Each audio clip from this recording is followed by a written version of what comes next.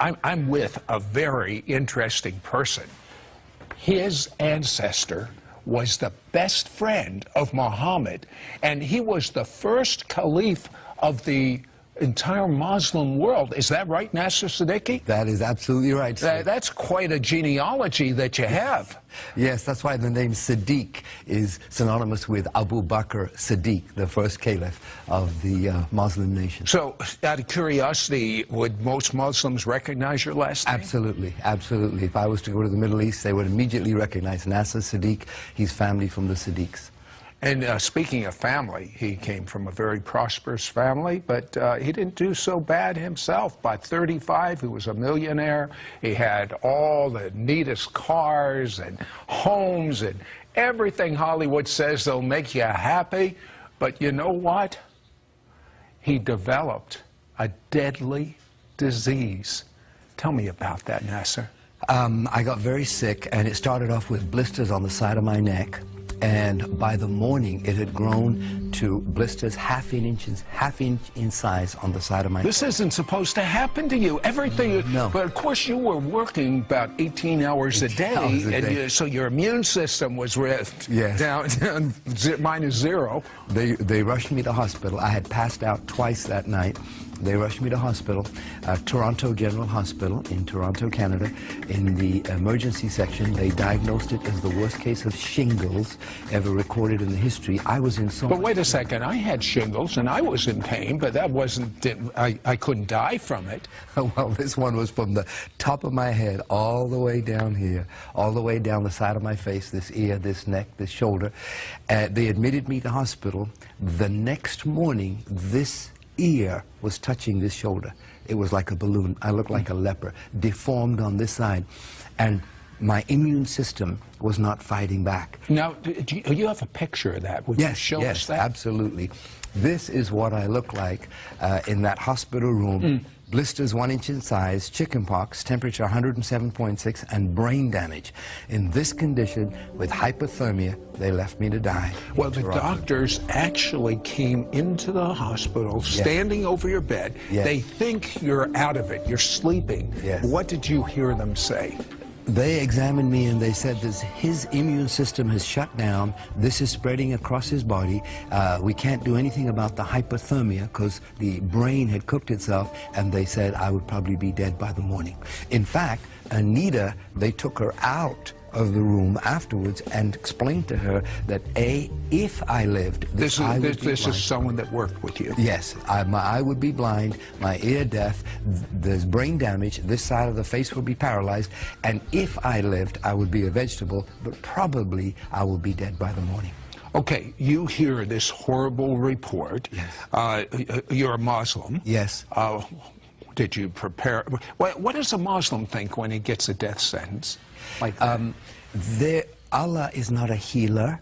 Muhammad is not a healer, so we don't turn to Allah to heal us. We assume that we're going to die. But I was afraid of death, Sid. I was petrified of death. Why? I didn't know what was on the other side, but I was afraid of it. And the very people that I had my faith in, my trust in, were those doctors. And they had just given up. What do you do when the people you got your trust in have given up on you and left you to die? In fear, I cried out. I said, God, if you're real, don't let me die. That's what I cried out. Muhammad didn't come, Allah didn't come, but that night, in that room, there appeared a figure at the end of the bed. And this person... Wait a second. Had you ever seen something supernatural like this before in your entire life? Never. There's your first time? Yes. Okay. Now there's this figure. Yes. And are you scared? What's going on No, with it? no, not at all. I wasn't scared at all. In the middle of the night, I see this figure at the end of the bed, and it was the outline of a person with light radiating from them. I couldn't tell you the way the face looked, but all I could see was this outline of a person with light. Now, I knew it was Jesus. These people come to me and they say, but you're a Muslim. Muslims don't know Jesus. Oh, yes, they do. If you read the Quran, Jesus is mentioned many times as a good man, as a healer, as a prophet. Even his birth is mentioned, and that he healed people. But the main thing I understand about Islam they say God has no son. I mean, exactly look at the mosque when they have it right on top in Jerusalem. That's right. He has no son. Well, this person that appeared said two things. I'm the God of the Christians, and I'm the God of Abraham, Isaac, and Jacob. Wait a second. As a Muslim, isn't it Abraham, Ishmael, and Jacob? That's right. Ishmael was supposed to be the firstborn, right? Not Isaac, but that's not what this person said. Abraham, Isaac. So to me, it meant a whole lot. But even more astounding was that the next morning, the same doctors walked in and they said, we don't understand what's happened. It is a miracle. It has gone into remission. Instead of spreading, they are starting to decrease. Now, when they said that to you, what did you think? I said, look, I don't know what to tell you, but there was a person. You told them? Oh, they're going to put you in a mental ward. I told them there was Jesus here and he healed me. And a Muslim saying that, they're going to put him away. They didn't believe me. And that became a test case in the city of Toronto. Why is this man alive? In fact, they said it's gone into remission so much, you can go home now. And I said, no, I don't want to go home. That was my security. That little room was my security. You wanted that man to come back? Yes, absolutely. They released me the next day. Now, the problem was that even though it had gone into remission, my head still looked deformed. Right. And so when I would walk down the street, people would cross over the other side. They didn't know what was wrong with me. But what did you do with this man saying, I am the God of Abraham, Isaac, and Jacob? Well, Isaac! I know. Yes, sir. It's like, wait a minute, this doesn't make any sense. Is this Jesus that appeared in my room, is he a prophet, the way the Muslims had taught me all my life, or is he the Son of God? Hold that thought. Let's find out how God supernaturally shows Nasser that he's the Son of God. Jesus is the Son of God. It's the God of Abraham, Isaac, and Jacob. Don't go away. This is amazing.